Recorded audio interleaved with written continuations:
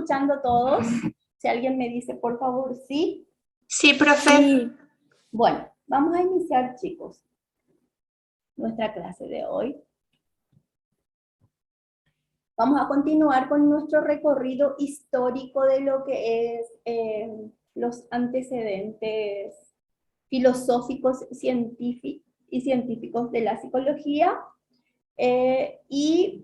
para ir avanzando un poquito en nuestro contenido. Luego de que cerremos el contenido de hoy, en la plataforma ya está disponible una pequeña actividad, el cual van a realizar utilizando el material de apoyo que ya tienen en la plataforma y, por supuesto, también utilizando estos slides y en el caso de que ustedes quieran consultar otras referencias, lo pueden hacer para apoyar su trabajo.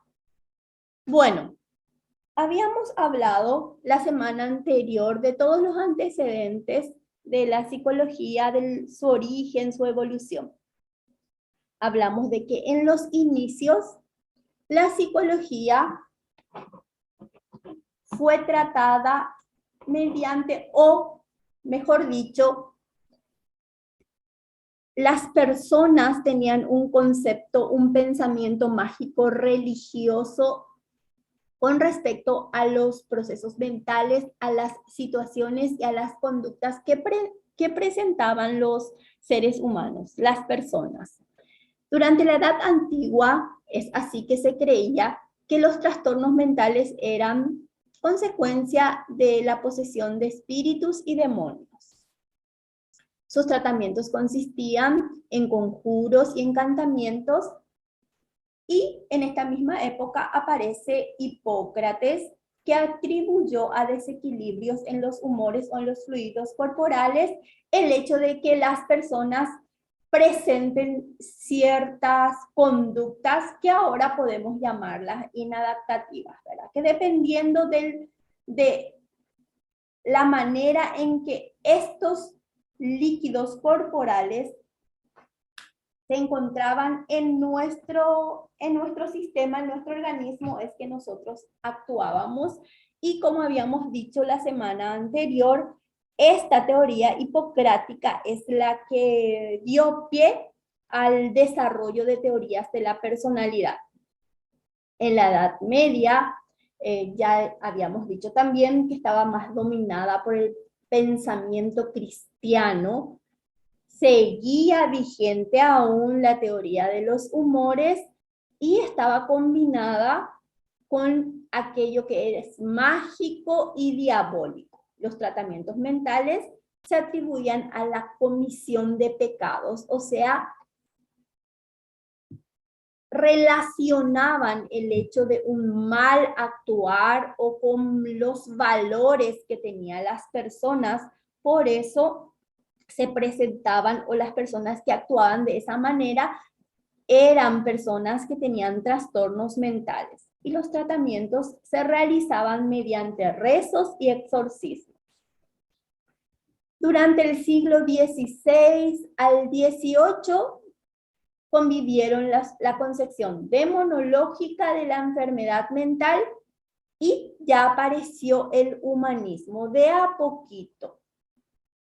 Se dio apertura al primer instituto mental en Polonia y finalizando este siglo comenzaron a realizarse terapias de azotes a los enfermos mentales. Luego aparecen los filósofos como Hobbes, David Hume, Thomas Willis, Frank Gall, René Descartes, con su teoría del dualismo que habíamos dicho la semana pasada que fue una de las bases fundamentales para el posterior desarrollo en la época moderna de la psicología. Él fue uno de los exponentes que, por llamarlo de alguna forma, sus pensamientos pisaron fuertemente y fueron prácticamente una de las bases de lo que se conoce hoy como psicología. Mirando todo esto podemos decir o tenemos que saber y tenemos que darnos cuenta de que las reflexiones psicológicas corrieron a cargo de los grandes filósofos. La influencia de la psicología es sumamente importante en muchos aspectos de esta disciplina, principalmente en todo aquello que hace a su estructuración básica y a todo lo que comenzaron a estudiar y a plantear los primeros psicólogos. Entre los antecedentes filosóficos habíamos mencionado a Descartes, que tuvo gran influencia. Y en este caso, la teoría filosófica o la escuela en la que se posicionó Descartes fue la del racionalismo, que es una teoría filosófica que tiene su origen en el pensamiento de Descartes. Este racionalismo que él propuso o supuso no pretendía o no hizo que desaparezca el pensamiento religioso de la época, sino que al contrario, la noción de Dios fue muy importante en estos sistemas filosóficos racionalistas. Descartes valoraba por encima de todo la razón y creía que esta era la facultad que nos hacía capaces de darnos contenidos y a la vez de darnos los procedimientos que puedan garantizar la verdad de lo que estamos viendo y de lo que estamos realizando. Entonces, para Descartes, la razón era el instrumento más adecuado para construir teorías e ir descubriendo leyes. Así también apareció el empirismo, que es una teoría filosófica que considera la experiencia y la percepción sensorial como el mejor camino hacia la verdad de las cosas. Este empirismo tuvo grandes representantes, entre ellos encontramos a John Locke, que defendía la idea de que el conocimiento se crea mediante la experiencia con la sucesión de eventos que vivimos a diario, la cual, estos eventos van dejando un paso en nuestras memorias. Concebía al ser humano como una entidad que llega a la existencia sin absolutamente nada en la mente, una tabula rasa en la que no hay nada escrito. Y según este estudioso, las experiencias hacen que nuestra mente quede una copia de todo aquello que captan nuestros sentidos. Y con el paso del tiempo, aprendemos a detectar patrones en esas copias que quedan en nuestra mente, lo cual hace que aparezcan los conceptos. A su vez, estos conceptos también se van combinando entre sí y a partir de este proceso vamos generando conceptos más complejos. Otros de sus representantes fueron David Hume y George Beckerley. En cuanto a Hume, él decía que defendía la tesis de que el conocimiento deriva de la experiencia sensible. En cambio, Beckerley propuso el idealismo subjetivo o inmaterialismo, cuyo postulado principal era que no existe la materia, sino la percepción de la misma. O sea, que el mundo, según él, existe únicamente mientras nosotros lo podemos percibir. Y para explicar por qué el mundo no desaparece mientras dormimos o mientras parpadeamos, propuso que Dios era el gran observador del universo, cuyo ojo constante y universal garantizaba que todo siguiera existiendo. Para esta teoría para los empiristas, ellos afirman que la vía para alcanzar el conocimiento es la experiencia. Que esta, o sea, la experiencia es la que determina la validez o no de algo. Sin la experiencia no existe nada. No podemos decir que algo tiene o no validez según los empiristas. Ellos afirman que a través de la percepción sensorial es que adquirimos conocimiento y no a través de la razón. Es decir, consiste en todo lo que sabemos sin una base o sin un conocimiento científico. Ellos decían que, por ejemplo, si nos acercamos al fuego, sabemos que vamos a quemar. ¿Y por qué sabemos eso? Porque tuvimos esa experiencia.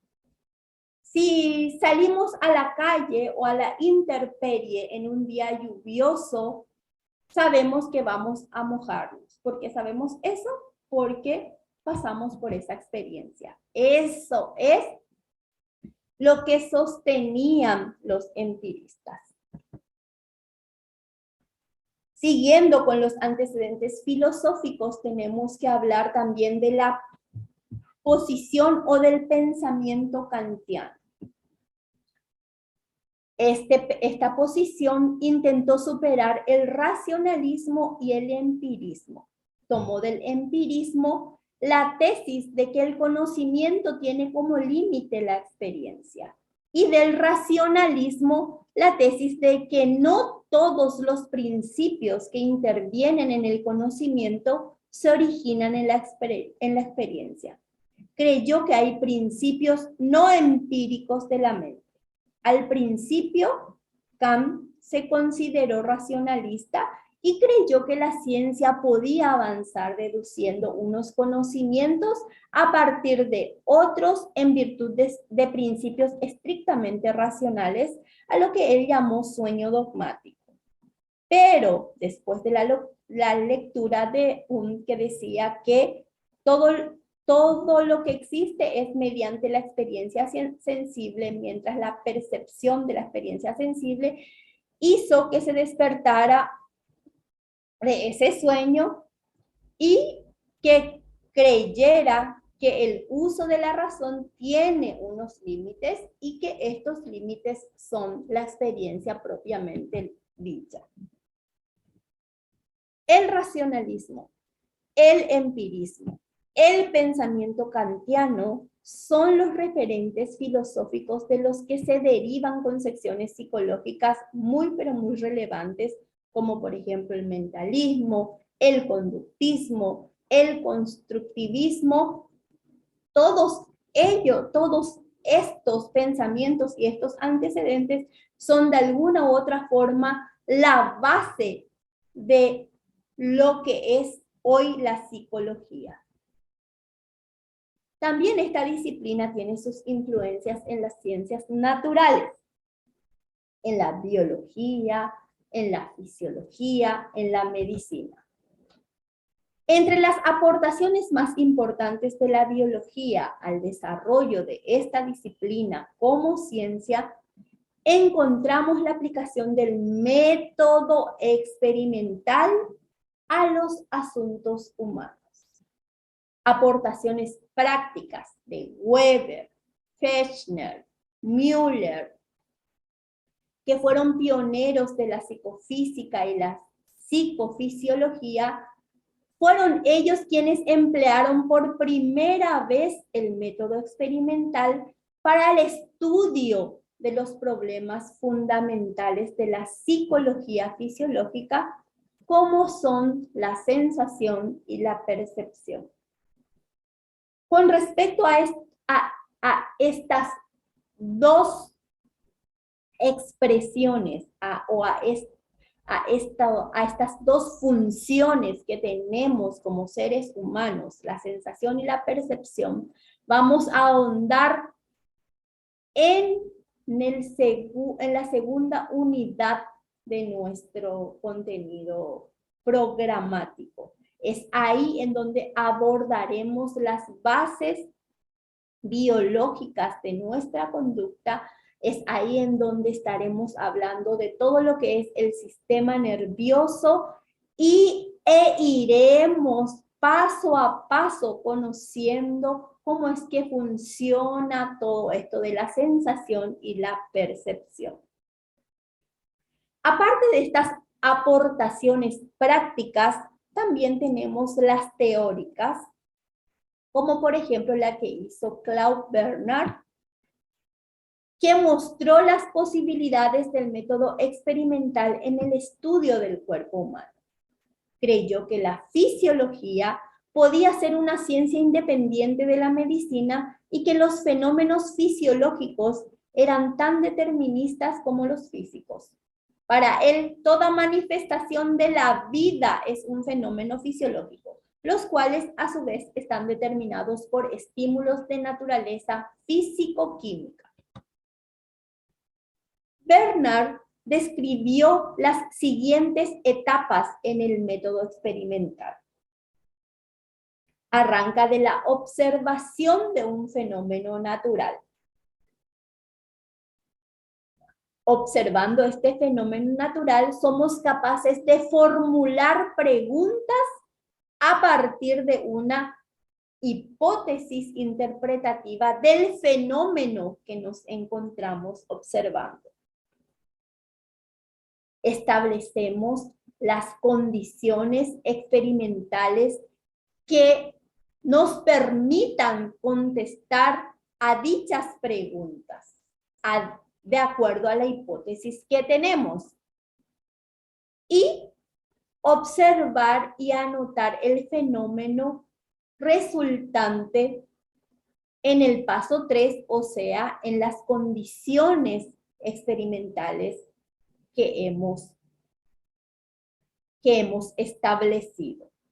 Es así como Bernard va describiendo los pasos del método experimental, como dijimos en la diapositiva anterior, a las cuestiones humanas. 6 fueron los descubrimientos biológicos, fisiológicos más importantes que tuvieron fuerza en la aparición de la psicología científica. Entre ellos se encuentra la distinción entre nervios sensoriales y motores, la doctrina de la energía específica de los nervios sensoriales, la localización de funciones en nuestro cerebro, la naturaleza eléctrica del impulso nervioso, el estudio de la velocidad del impulso nervioso a partir del tiempo de reacción y los estudios sobre la sensación. En cada uno de estos 6 ítems vamos a dedicarnos a abordar y a entender en la unidad 2, como les dije, que hablaremos de las bases biológicas de la conducta humana.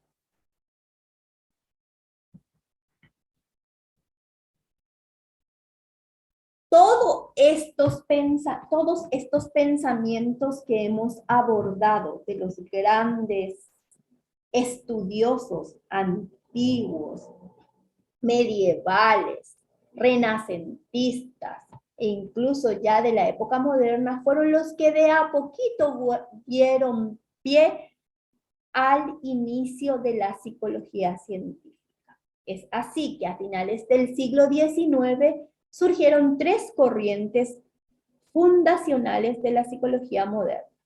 Los fundadores eran médicos con una clara orientación hacia la fisiología y una amplia formación filosófica. Esto es lo que nos demuestra que definitivamente la psicología está erigida bajo una base filosófica. Así podemos mencionar a William Wundt, de la escuela estructuralista o de la psicología de la conciencia. A Sigmund Freud, psicoanalista, psicología del inconsciente, y a William James, funcionalista o psicología de la adaptación. Como hemos dicho, analizando todos estos antecedentes, nos damos cuenta cómo es que la filosofía fue precursora de la psicología, la cual se formalizó en 1879. Así es que aparece la escuela estructuralista, el estructuralismo, la psicología de la conciencia. Esta obtuvo el reconocimiento institucional como disciplina independiente a partir de la creación del primer laboratorio de psicología experimental de la mano de Wilhelm Wundt en Leipzig, Alemania, en la Universidad de Leipzig, Alemania, en 1879. Wundt proclamó una alianza entre la fisiología, que es la que nos informa de los fenómenos que percibimos a través de los sentidos externos, y la psicología como una disciplina donde la persona se observa a sí misma desde adentro, y de esta alianza es que surgía la psicología fisiológica. Gracias a esta nueva consideración de ciencia, se desarrolló una metodología experimental para el estudio de los procesos psicológicos y se dejó definitivamente a un lado el significado otorgado a la psicología como estudio del alma. Así, la psicología comenzó a ocuparse de la investigación de las condiciones fisiológicas de los sucesos conscientes, para así explicar los sucesos mentales y los conductuales en función de causas fisiológicas. Se utilizaban algunos conceptos fisiológicos como excitación o inhibición neural. El estructuralismo se caracteriza por emplear un método experimental, analizando el proceso de la conciencia a partir de la autoobservación, que es entendida como un tipo de introspección que tiene validez científica. Luego debemos hablar del psicoanálisis y de su principal exponente, que fue Sigmund Freud, la psicología del inconsciente. Freud no utilizó un método experimental, sino que recurrió al psicoanálisis buscando los orígenes ocultos de la conducta humana en el inconsciente, en los residuos de la infancia y de la evolución del hombre como especie. Freud decía que si nosotros no quemábamos las etapas desde nuestra infancia y durante la evolución de nuestro ciclo vital, entonces no podíamos desarrollarnos funcionalmente como seres humanos. La psicología propuesta por Freud se centraba en los procesos mentales anormales derivados de impulsos primitivos y repulsivos, incluso para nosotros mismos. La terapia psicoanalítica consiste en dejar hablar al paciente libremente de sus sueños y experiencias, de la vida cotidiana, de modo que el psicoanalista vaya interpretando las explicaciones como manifestaciones de deseos reprimidos que tienen las personas.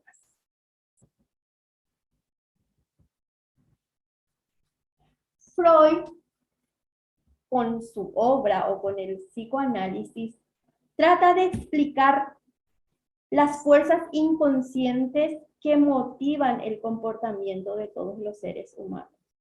Es decir, aquellos conflictos internos que aparecen en nuestra niñez y que luego, con el correr del tiempo, afectan nuestro comportamiento y nuestras emociones. Sabemos que para Freud, la base de su teoría es la sexualidad de las personas. Él propone, por ejemplo, el periodo pregenital, que según él transcurre desde que nacemos, desde que el niño o la niña nace hasta su pubertad, donde su principal objetivo es buscar placer y evitar el dolor.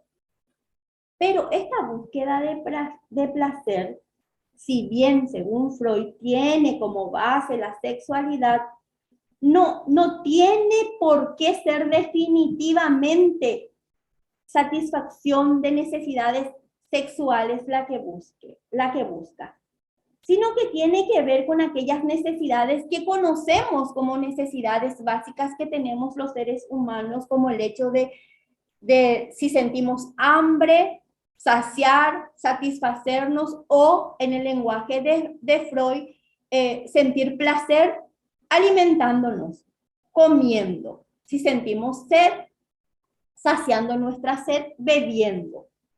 O la necesidad que tenemos de dar y de recibir afecto. A eso se refería Freud cuando explicaba su teoría, y no precisamente a aquello que tiene que ver con necesidades de satisfacción sexual. Luego tenemos al funcionalismo y a su representante William James. El funcionalismo es conocido como la psicología de la adaptación. Tuvo por objetivo el estudio de la utilidad evolutiva de la mente y de la conducta. En lugar de hacer un planteamiento teórico sobre la estructura de los procesos de la mente, en general desde el funcionalismo se estudian los procesos mentales como instrumentos que tiene el organismo para satisfacer sus necesidades y así adaptarse al medio. Es decir, las operaciones mentales en su vertiente funcional. James definió la psicología como la ciencia de la vida mental, considerando que de la conciencia lo más importante es conocer qué hace o qué función tiene más que sus contenidos. Así, la conciencia está al servicio de la supervivencia del organismo mediante la adaptación a su medio, y el tener que elegir y actuar con una finalidad concreta afecta continuamente tanto a la percepción como a la conducta que presenta nuestro organismo. Centró su interés en el estudio de la conducta externa a partir de su observación, y al considerar que todos los organismos aprenden de modos similares, desde el funcionalismo se llega a la conclusión de que los estudios sobre el aprendizaje de los animales simple pueden aplicarse sin grandes modificaciones al aprendizaje humano. Esta premisa fue una de las que tuvo gran importancia en el desarrollo de otros pensamientos, como por ejemplo el conductismo.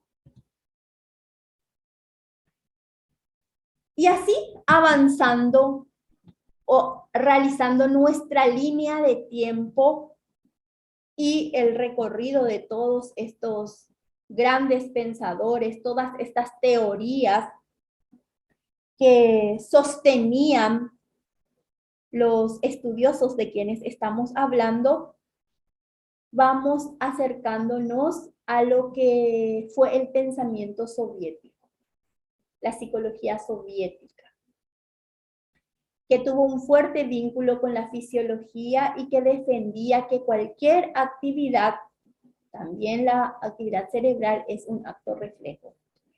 Su representante más importante, más destacado fue Pavlov, con su aportación sobre el condicionamiento clásico y su famoso experimento del perrito. Habrán escuchado el experimento de Pavlov, que ideó unos experimentos con perros que son la base del condicionamiento clásico. Con su experimento él se dio cuenta de que al ponerle la comida al perro, el perro comenzaba a salivar. Y cada vez que le pusiera la comida, entonces Pavlov hacía sonar una campana, de modo que cuando el perro la escuchaba, asociaba ese sonido con la comida y el perro automáticamente comenzaba a salivar. Así el perro estaba dando una respuesta a un estímulo. La respuesta era la salivación y el estímulo, el sonido de la campana. Entonces, la próxima vez que escuchara el sonido de la campana, aparezca o no la comida, el perro sí o sí empezaba a salivar.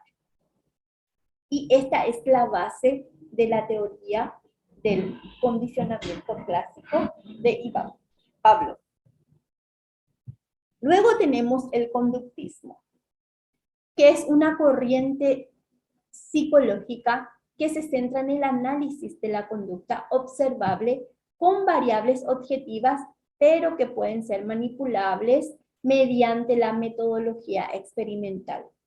Y utiliza como base los fundamentos del reflejo condicionado del experimento de Pavlov para explicar el origen de las conductas, reconociendo así la existencia de respuestas reflejas, innatas, pero también de respuestas adquiridas por aprendizaje. La finalidad de la psicología conductista es adaptar al hombre a las exigencias de la sociedad. Watson es el principal representante del conductismo clásico. Se centró en el análisis de la conducta, manipulando estímulos y observando respuestas, a cuyo modelo se lo denominó modelo estímulo-respuesta. ¿Qué es lo que hizo Watson? El famoso experimento del pequeño Albert, que era un bebé de, algunos dicen 9 meses, otros dicen 11 meses. ¿Y qué es lo que hizo con él?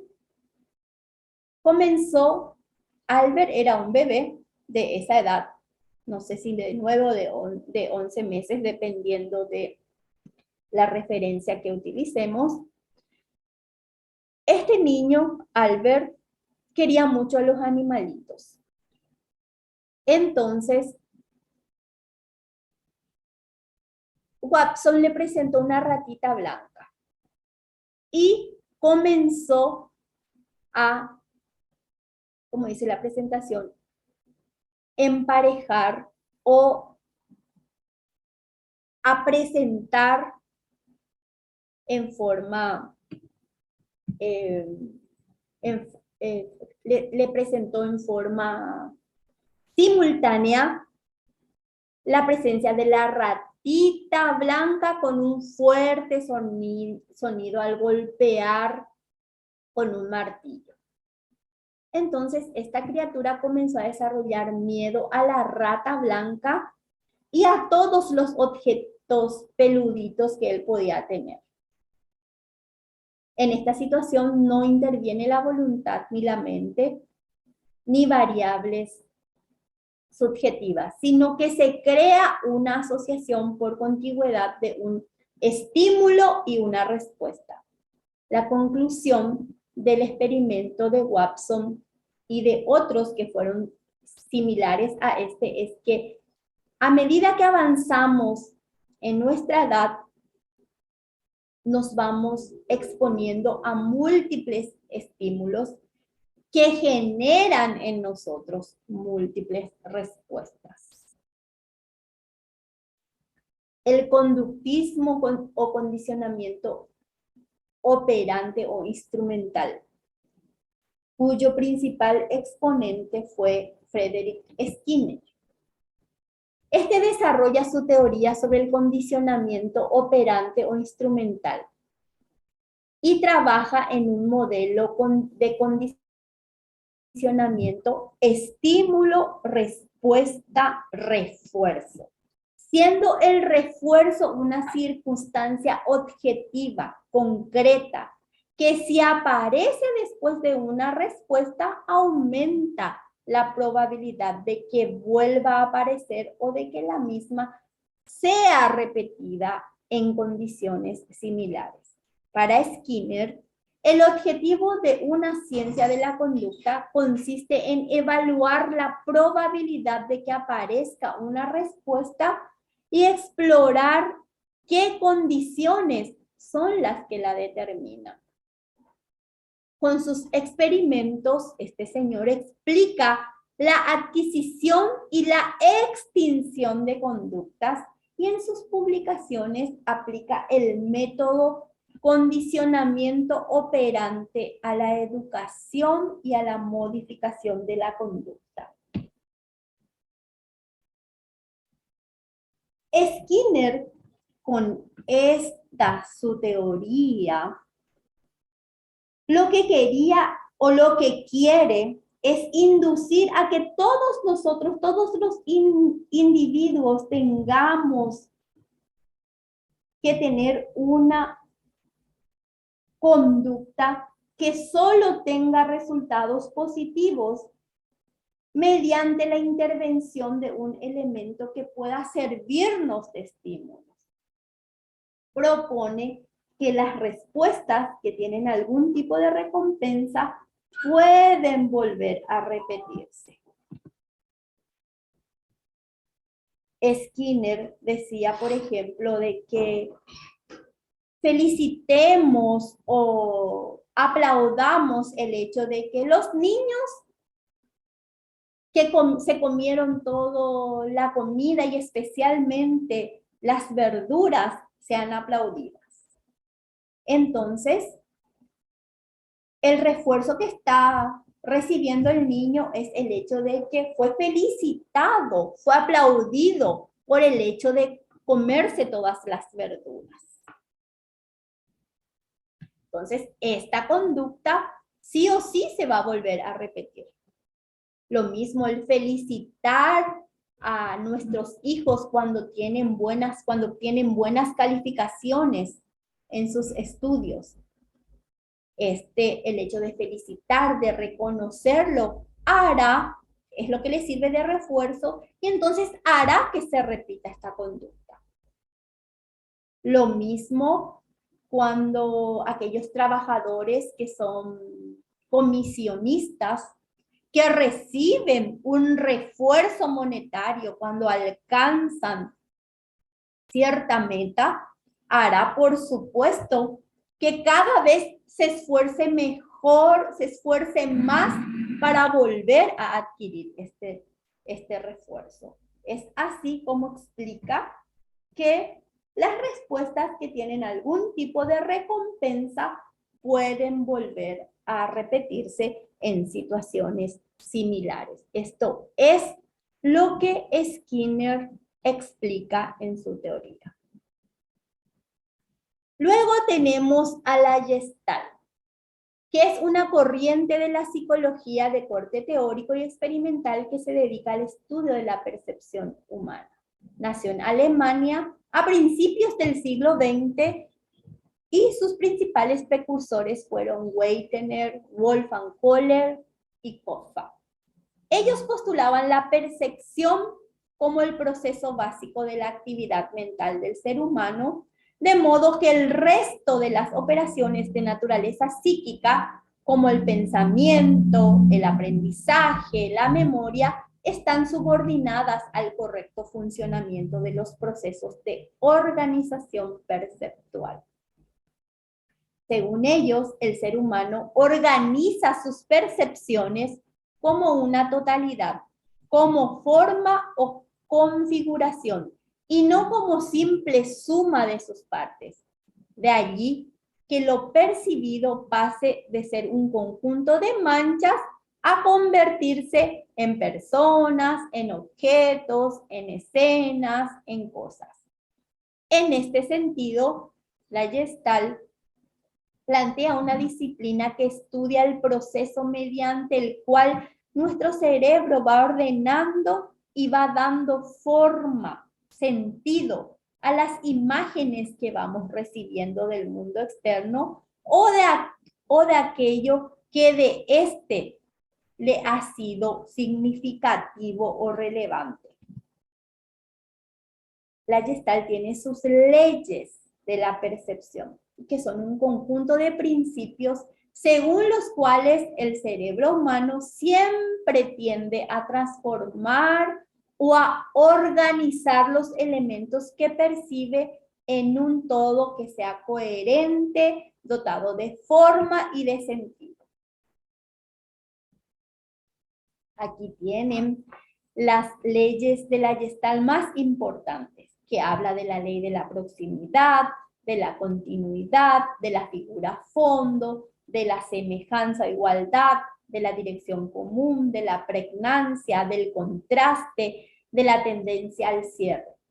Cada una de estas leyes nos va explicando cómo es que el cerebro va dándole forma, va agrupando y va dándole sentido a todo aquello que percibimos. Todos estos antecedentes que estamos leyendo son los que dieron pie a la psicología científica. Y como punto principal de referencia es el hecho de la instalación del primer laboratorio experimental en psicología en la Universidad de Leipzig, Alemania, en 1879. Por supuesto, con el correr del tiempo, después del gran auge de la psicología conductista en los Estados Unidos, en el primer cuarto del siglo XX, durante los años 50, nos dice que en Europa reaparecieron el interés por los procesos cognitivos, por la sensación, la percepción, la memoria, el razonamiento, la atención, y también por aquellos aspectos afectivos que son muy difíciles de determinar o de ser medibles. Es así que empezaron a desarrollarse diversas escuelas psicológicas y aparecieron la psicología humanista, la psicología cognitiva y la psicología de la inteligencia emocional, que hoy por hoy está muy fuertemente en auge. La psicología humanista surgió como una alternativa a las dos fuerzas principales de la época, siglo XX, el conductismo y el psicoanálisis. Su finalidad era dar una respuesta diferente, abordando los problemas del ser humano y ofreciendo una perspectiva desde el ámbito de la salud, más que desde la enfermedad. Entre sus exponentes encontramos a Gordon Allport, que propone la medida de los rasgos o disposiciones personales, es decir, los rasgos de personalidad, como por ejemplo la introversión o la extraversión, que según este señor juegan un papel clave en la organización individual y que explican la consecución y la armonía de la conducta. Conociendo estos rasgos, se puede alcanzar una mejor comprensión y predicción y un mayor control de la conducta individual. Rogers es otro exponente del humanismo y propone lo que denomina terapia centrada en el cliente, que tiene un cierto paralelismo con el psicoanálisis en el sentido de que el individuo tiene que llegar a expresarse libremente a través de la ayuda del terapeuta. No obstante, que en el psicoanálisis la idea de fondo es que el paciente tiene que liberarse de sus represiones, Rogers rechaza esta idea. Así, la finalidad de su terapia o del terapeuta humanista, según la teoría de Rogers, es crear una relación terapeuta-paciente, crear rapport, un rapport adecuado para que el paciente pueda utilizarla para su desarrollo propio. Entre sus otros exponentes también tenemos a Maslow. Él proponía que la psicología tiene que contribuir a conseguir que el hombre supere sus necesidades básicas para poder llegar a su realización plena. Y que esto es lo que distingue a los seres humanos. Maslow presenta una teoría jerárquica de la motivación, proponiendo una lista de necesidades de más a menos urgentes, que son las causas de la motivación. En esta teoría jerarquizada encontramos la famosa pirámide de la motivación de Maslow, que en su base nos presenta las necesidades básicas fisiológicas que sí o sí tenemos que satisfacer. La alimentación, la respiración, el descanso, el sexo. Luego ya tenemos las necesidades de seguridad física, de empleo, de recursos, el presentar una conducta moral, el tener una familia, el gozar de salud. Luego están las necesidades sociales, el relacionarnos, tener amistad, sentir y dar afecto. Y por supuesto, todo lo que tiene que ver con la estima, el reconocimiento, el éxito, el respeto, la confianza, para así llegar a la realización plena del ser humano y obtener el bienestar que necesitamos. Luego aparece la psicología cognitiva, que es una rama de la psicología experimental que estudia cómo y por qué ocurren los procesos mentales o cognitivos. Esta psicología considera al hombre como un sistema activo que busca e interpreta la información. Es capaz de elaborar hipótesis, almacena y reproduce esta información del medio que le rodea. Y en función a cuál sea su propósito, su objetivo, es capaz de planificar, de programar y ejecutar y corregir su actuación en función al propósito que está persiguiendo. Así, en la conducta interviene el estímulo, pero también un cúmulo de informaciones adicionales que son el fruto de la actividad procesadora cognitiva.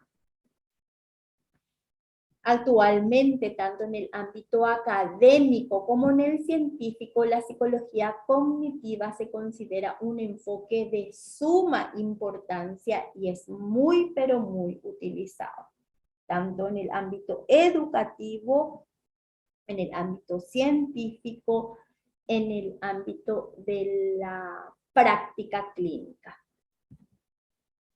Luego, por último, aparece lo que es la inteligencia emocional, que es muy de nuestros tiempos. La inteligencia emocional estudia el impacto de los procesos afectivos emocionales sobre la conducta. Amplía el significado del término inteligencia, la cual no va restringida solamente a las actividades intelectuales o al coeficiente intelectual de las personas, sino que se trata de no separar la emoción y del razonamiento. Del mismo modo que si nuestras decisiones fueran solamente fruto de escuchar el corazón, probablemente en muchos casos tomaríamos decisiones equivocadas. Si en nuestra toma de decisiones solamente consideramos el razonamiento lógico, dejando al margen los sentimientos o las emociones, es posible que también caigamos en errores.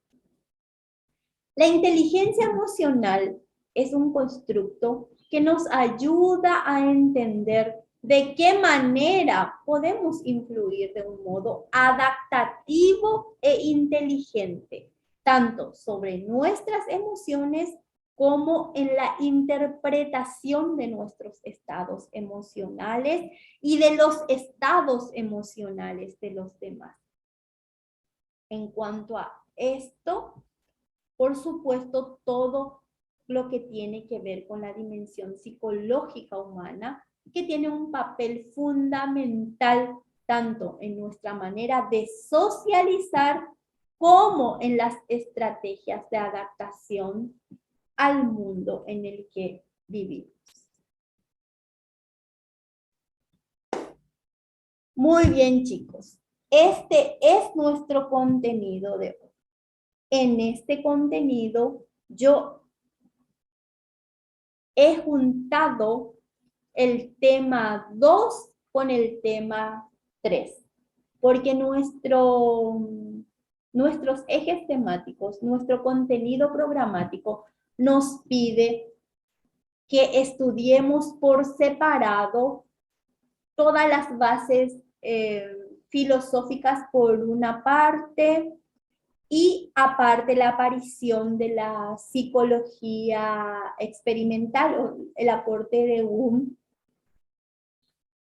Pero a mí me pareció prudente hacer esta presentación en la que incluyo ambas, porque como les dije al principio, es adentrarnos un poquito en la historia de la psicología, y como hay mucha información de por medio, yo quise hacerlo de la forma más resumida posible.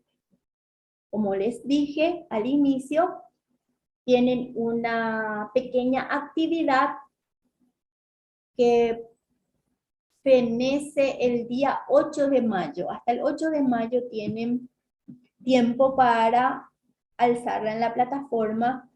Y con respecto a eso quiero hacerles una pequeña recomendación. Tengo experiencia en que los trabajos que se realizan en forma individual muchas veces la presentan con otro nombre, pero con una fiel copia del trabajo de otro compañero. Me tomo mi tiempo para poder mirar, corregir, leer los trabajos, y siempre me encuentro con la sorpresa de que copian, presentan el trabajo de otro compañero. Eso va a repercutir en forma negativa en su proceso porque les voy a quitar puntos. Desde la persona que prestó su trabajo hasta los que copiaron o multicopiaron.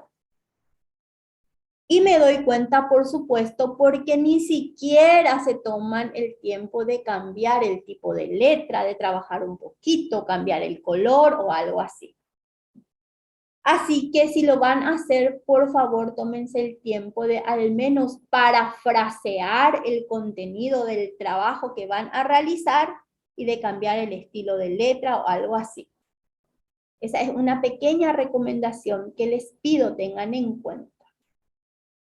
Bueno, hasta aquí es nuestro contenido. Ahora les escucho en el caso de que tengan algo que quieran comentar, alguna duda, les escucho. Profe, en el chat algunas compañeras están diciendo que las diapositivas y el trabajo no está disponible para nosotros en la plataforma, solo para B y C, creo. No, está disponible en la, bueno, en todo caso, al cerrar, voy a volver a ingresar en la plataforma para ver, porque justamente cometí un error al configurar, pero antes de que empiece la clase me di cuenta y dice,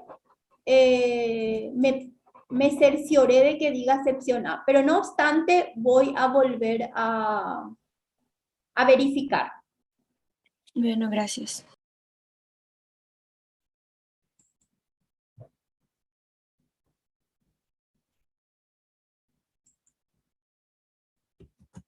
No sé si tienen algún comentario más.